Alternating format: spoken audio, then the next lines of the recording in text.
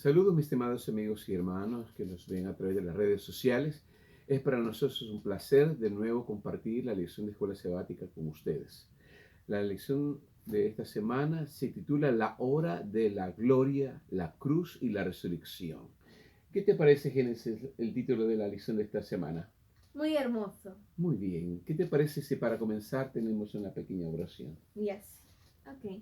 Padre nuestro que estás en los cielos, santificado sea tu nombre, perdona nuestros pecados.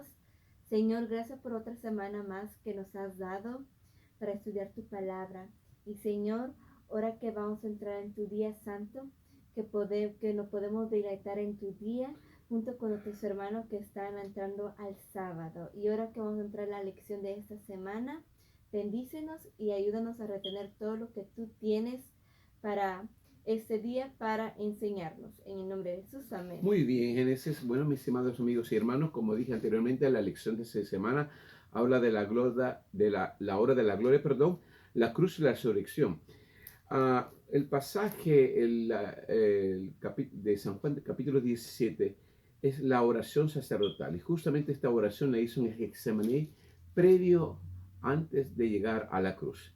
Y en el capítulo 17, en el versículo 1, nos comienza diciendo esto. Estas cosas habló Jesús y levantando los ojos al cielo dijo, Padre, la hora ha llegado, glorifica a tu Hijo para que también tu Hijo te glorifique a ti. Es interesante notar que en esta lección nos habla de que había llegado la hora de la gloria, y la cruz y la resurrección. Jesús justamente en este capítulo está hablando de la gloria, que había llegado el momento de que el Padre debía ser glorificado, igual que su Hijo. Pero justamente Génesis, antes de eso, antes de esa gloria, de que se revelara la gloria de Dios en la cruz del Calvario y en la resurrección, previo a eso, hubo un diálogo con Pilato, que se encuentra justamente en el capítulo 18, en los versículos 28, vamos a ver, capítulo 18, 28 comienza el diálogo. versículo 28 en adelante. Pero a mí me gustaría centrarme justamente en el versículo 37. Y me gustaría que nos lo leyera. Sí. Entonces Pilato le dijo, luego, ¿tú eres rey? Respondió Jesús, tú lo has dicho, yo soy rey. Yo para esto he nacido, para esto he venido al mundo, para dar testimonio de la verdad. Todo aquel que es de la verdad oye mi voz. Entonces Pilato le preguntó, ¿qué cosa es la verdad? Dicho esto, salió otra vez a los judíos y le dijo, yo no hallo ningún delito en él. Pero vosotros tenéis la costumbre de que os suelte un preso en la Pascua. ¿Queréis que os suelte al rey de los judíos? Entonces todos volvieron a gritar, a este no, sino a Barrabás. Y Barrabás era un asaltante. Una pregunta, Génesis. Justamente en esta lección, Jesucristo le dice a Pilato, en el diálogo que tuvieron con Pilato, Jesús le dice, mira, yo he venido a esta tierra para dar testimonio de la verdad. Y todo aquel que es de la verdad oye mi voz. Cuando hablamos de la verdad, o mejor dicho, cuando habla Jesús de la verdad, ¿qué quiso decir él? ¿Qué es la verdad? Por ejemplo, hay muchas personas que hoy en día andan en búsqueda de la verdad. Muchas religiones dicen ser la verdadera religión. Cada individuo, con sus opiniones diferentes, dice tener la verdad. Y para muchos la verdad puede ser relativa. Lo que es verdad para mí no necesariamente es verdad. Lo que es verdad para mí no es necesariamente verdad para ti. O dice mi verdad. O la verdad de él no es necesariamente mi verdad. Pero Jesús dice que él vino a dar testimonio de la verdad. Y aquel que es de la verdad escucha su voz. ¿Qué realmente es la verdad desde el punto de vista bíblico o teológico? Bueno, en el pensamiento hebreo, la verdad es emet. Muy bien. Se refiere más a la fidelidad de Dios, el amor de Dios, que se puede confiarse en Dios. Muy bien. Porque lo que te va a decir, sus acciones son verdaderos, no son falsos. Muy bien. Cuando Jesús le está diciendo, yo para esto he nacido, para he venido al mundo, para dar testimonio de la verdad. Hay que recordar que Jesús vino, siendo el Dios se encarnó en carne humana, y Él vino para revelar el amor de Dios, para salvar el hombre del pecado, para revelar ese plan de salvación. Mejor dicho, tú, en otras palabras, desde el punto de vista teológico de Dios, bíblico, la verdad es la fidelidad de Dios, su amor para con el ser creado, y en este caso con nosotros los pecadores, y obviamente también significa su fidelidad y que Él es fiel a lo que Él promete, a lo que Él dice, Él es confiable. Y obviamente Jesucristo siendo divino, parte de la divinidad, también puedo decir, yo soy el camino, la verdad y la vida. Y también, obviamente, Jesús también dice en San Juan 17, versículo 17, santifícalos en tu verdad. Tu palabra es verdad. ¿Por qué la palabra de Dios es verdad? Porque obviamente nos está describiendo la voluntad de Dios en su palabra, no solamente su voluntad, su carácter mismo de Dios, el carácter mismo de Dios. En otras palabras, la verdad es Dios en sí. Es una persona, no es un statement, no es una declaración. Una declaración per se, sino es una persona. Muy bien, de ahí que el Padre es verdad, Jesucristo es la verdad y el Espíritu Santo es verdad. Y Jesucristo mismo lo dice, el Espíritu de la verdad. Ahora, a mí me llama la atención algo también de Pilato. Pilato hace una pregunta, y a la pregunta que él hace en el versículo 38 es, ¿qué es la verdad? Sin embargo, él no tomó el tiempo para escuchar la verdad. Y lo que es más triste es que él, sabiendo de la inocencia de Jesús, simplemente dejó esto a la elección del pueblo. Porque él en realidad estaba más interesado en conservar su posición, porque él tenía miedo que el Sanedrín, que era el concilio de los líderes religiosos judíos, armaran un desorden y lo pusieran mal con el emperador de Roma, diciendo, oh, Poncio Pilato no arrestó y crucificó a esta persona que se está declarando el rey de los judíos. Y el Poncio Pilato no quería perderse esa posición como prefecto de Judea. ¿Y al final qué pasó con Poncio Pilato? Bueno, en el año 36, aproximadamente en el año 36 o 37, de acuerdo a Josefo, el emperador Tiberio depuso a Poncio Pilato de su posición. Parece ser que él parece ser que hubo un problema con los samaritanos y Poncio Pilato respondió muy cruelmente a eso y lo removieron de su cargo. Aunque esto se debate, algunos dicen que Poncio Pilato se suicidó, otros dicen no tenemos evidencia. Pero una cosa es cierta, Poncio Pilato lo removieron de su cargo. Muy bien. Al final perdió el puesto. Perdió el puesto. Y alguna tradición dice que él se suicidó. Otros dicen no sabemos. Ya, ¿qué pasó? pero ¿qué nos enseña esa actitud de Pilato con referencia, por ejemplo, a aquellos que quieren saber la verdad de Dios acerca de su voluntad, pero a la vez no mucho les importa? Porque puede ser que puedan perder amigos, puedan perder familiares, pueden perder su trabajo, y en fin, parece que para este tipo de gente, la verdad que ellos quieren conocer no vale tanto como para arriesgar tanto. Es muy triste, porque si tú sabes hacer lo correcto, y Poncio Pilato sabía que Jesús era un hombre inocente, y él tenía el poder para hacer algo, para detenerlo, él no lo hizo. Claro. Y obviamente él traicionó el valor de ser justo.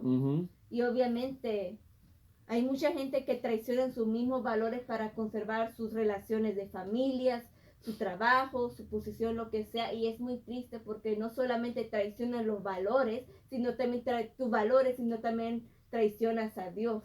Hay algo interesante que me gustaría que leyéramos en Mateo 16, versículo 24. Mateo 16, versículo 24 Sí, lo tengo. Al 26. Me gustaría que lo leyeras. Okay. Entonces Jesús dijo a sus discípulos, si alguno quiere venir en pos de mí, niéguese a sí mismo, tome su cruz y sígame, porque el que quiera salvar su vida la perderá, y el que pierde su vida por causa de mí la hallará. ¿Qué aprovecha el hombre si gana el mundo entero y pierde su vida? ¿Qué puede dar el hombre a cambio de su vida? En otras palabras, Jesús está diciendo que aquellas personas que quieren ser sus discípulos tienen que negarse a sí mismos, tomar la cruz. No estoy diciendo que Pilato quiso ser discípulo, pero quiso conocer la verdad. Sin embargo, para él era demasiado. Hay muchas personas hoy en día que quieren ser cristianos, les gusta la manera como el cristianismo enseña, la filosofía del cristianismo, pero para ellos es demasiado negación a sus gustos y a sus posiciones para comprometerse. Y algunos prefieren seguir su camino. Y al final van a perder la vida. Jesucristo dice aquí, porque todo aquel que quiera salvar su vida, la perderá. Y todo aquel que pierda su vida por causa de mí, la hallará. Hay un texto también en Génesis donde Jesús nos dice que el que ama más a padre y a madre más que a mí, no es digno de mí. ¿Qué te parece? Tiene sentido. O sea que Cristo obviamente demanda un amor absoluto, incondicional. Si tú quieres vivir la verdad, quieres conocer la verdad, tienes que vivir la verdad. Entonces tienes que vivir la verdad y ganarás más. Porque aquí dice el texto, el que quiera salvar su vida la perderá. Poncio Pilato al final perdió la vida. No le interesó la verdad porque era demasiado perder todo, pero al final lo perdió todo. Perdió su posición. Y a la vida misma también. Muy bien, ahora otro punto es, en relación a que había llegado el momento de su gloria, de la gloria de que se glorificara el Padre y se glorificara el Hijo. ¿En qué sentido la muerte traería gloria a Dios? Interesante, ¿no? Bueno, la primera razón es que ante todo el mundo, la muerte de Jesús bendica el nombre de Dios. Wow. Yo quiero leer una cita del deseado de toda la gente porque ella lo describe muy bien. Okay. Ella dice, al principio de la gran controversia, la pelea entre el bien y el mal, el diablo y Dios, Satanás había declarado que la ley de Dios no podía ser obedecida, que la justicia no concordaba con la misericordia y que si la ley había sido violada era imposible que el pecador fuese perdonado. Hay que recordar que en la Biblia dice que el que viola la ley merece la muerte. Merece la muerte. Merece la muerte, sí. Y el diablo estaba diciendo que si la ley había sido violada era imposible que el pecador fuera perdonado. Cada pecado debería recibir su castigo. Sostenía insistentemente Satanás, y si Dios remitía el castigo del pecado, no era un Dios de verdad y justicia, porque el pago del pecado es muerte. Cuando los hombres violaban la ley de Dios y desafiaban su voluntad, Satanás se regocijaba. Declaraba que ellos demostraban que la ley de Dios no podía ser obedecida. Bueno, están pecando, están violando la ley. Esto indica que Dios dio una ley que no puede ser obedecida en su totalidad. El hombre no podía ser perdonado, decía el diablo, por cuanto él mismo, después de su rebelión, había sido desterrado del cielo. Satanás sostenía que la familia humana debía quedar privada para siempre del favor de Dios. Insistía en que Dios no podía ser justo y al mismo tiempo mostrar misericordia al pecador. Hay que recordar que el diablo armó una rebelión en el cielo por haber codiciado el lugar de Dios. Obviamente, como armó una rebelión, Dios tuvo que expulsarlo junto con sus simpatizadores. Y el diablo nunca le gustó eso. Y obviamente, usando la misma, cuando pasó de cuando él tentó a nuestros primeros padres, a Adán y Eva, el mismo argumento que él dice, la ley de Dios no puede ser cumplida, él quería hacer caer a Adán y Eva para que él pudiera decir, ellos no pudieron cumplir el simple mandato de no comerse la fruta prohibida. Y cuando Adán y Eva cayeron en ese pecado, él básicamente, el diablo pues razonó así, bueno, Adán y Eva fallaron, no pudieron cumplir ese simple mandato. Obviamente la paga del pecado es muerte, Dios tiene que destruirlo, pero si Dios lo destruye, ¿cómo el carácter de Dios va a ser revelado? Va a ser como un Dios dictador que ni muestra misericordia. Pero si Dios los perdona y no hay castigo, entonces es un Dios que no es un Dios de orden. No es confiable. No es confiable. O sea, no. Y a mí me sacaron del cielo por si Dios hubiera concedido el perdón a Adán y Eva. Y a mí no me dieron el perdón y me expulsaron. Y Dios es un Dios de injusticia. Y ese mismo argumento, el diablo siempre había acusado a Dios de que él era un Dios injusto, que no tenía misericordia, etc. Y cuando Cristo murió en la cruz, Cristo no solamente reconcilió al hombre y a Dios, pagando nuestra deuda, sino que la muerte de Jesús demostró a todos que Dios sí cumplía con su justicia y con su misericordia. Ahí donde el Salmos capítulo 85 se cumpla en su totalidad. Salmos 85.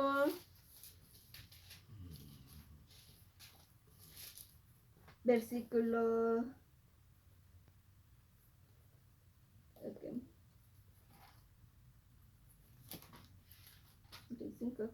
35, 10 al 13, donde dice, el amor y la fidelidad se encontraron, la justicia y la paz se besaron.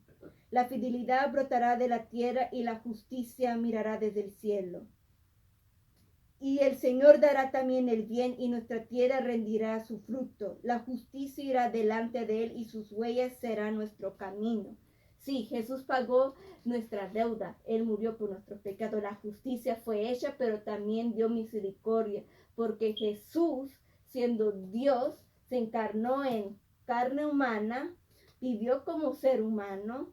El diablo lo quiso tentar, pero Jesús no cayó en tentación y dio su vida por nosotros. Esa vida impecable se transfirió a nosotros. En otras palabras, el Dios mismo pagó la deuda. Sí. Se hizo justicia. Sí.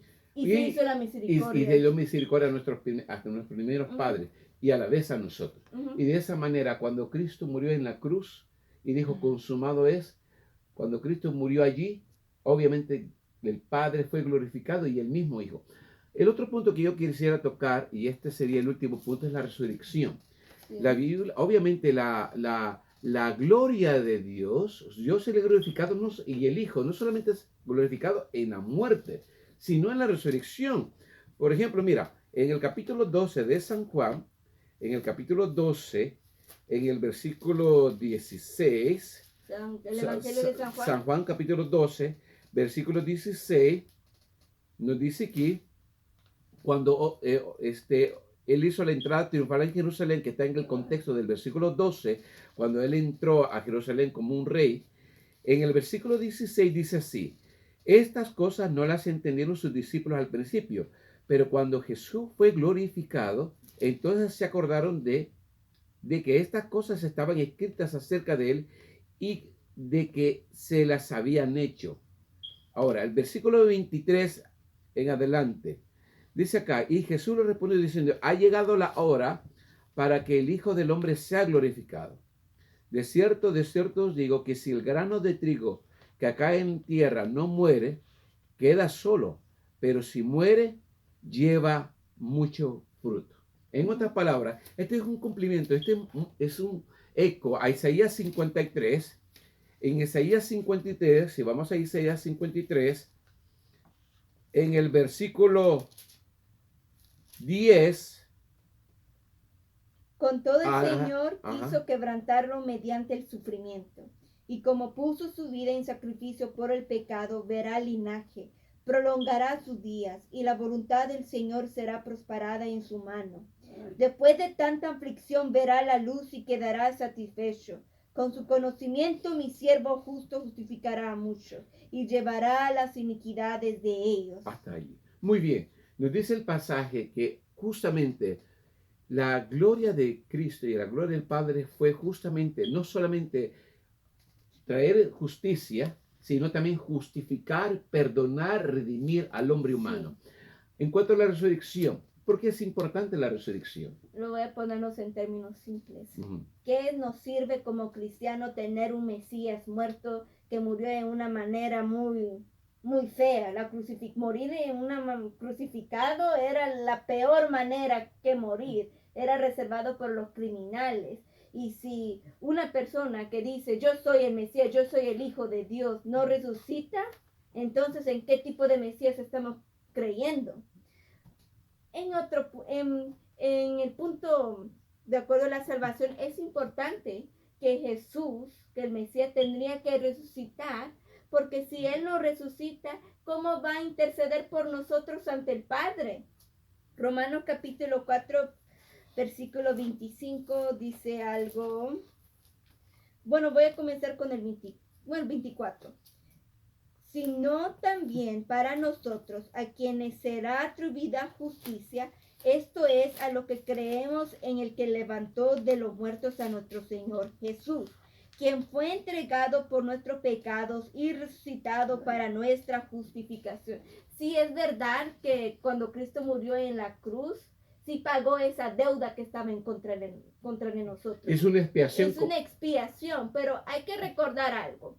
En el calendario judío, porque Dios usa el calendario judío, Cristo es nuestra oveja de la Pascua. Ajá. Hay que recordar que cuando se hacían los sacrificios en el templo, se mataba el animal, pero esa sangre el sacerdote se lo llevaba al lugar santo y lo rociaba contra el velo que dividía el lugar santo y el lugar santísimo. Hoy Cristo murió en el Monte Calvario y eso representa el patio donde se morían los animales. Pero ahí la salvación del hombre no paraba. Tenía que ser de la siguiente fase. El sumo sacerdote tenía que aplicar esa sangre. El sacerdote, sí. El sacerdote tenía que ir al lugar santo a aplicar esa sangre.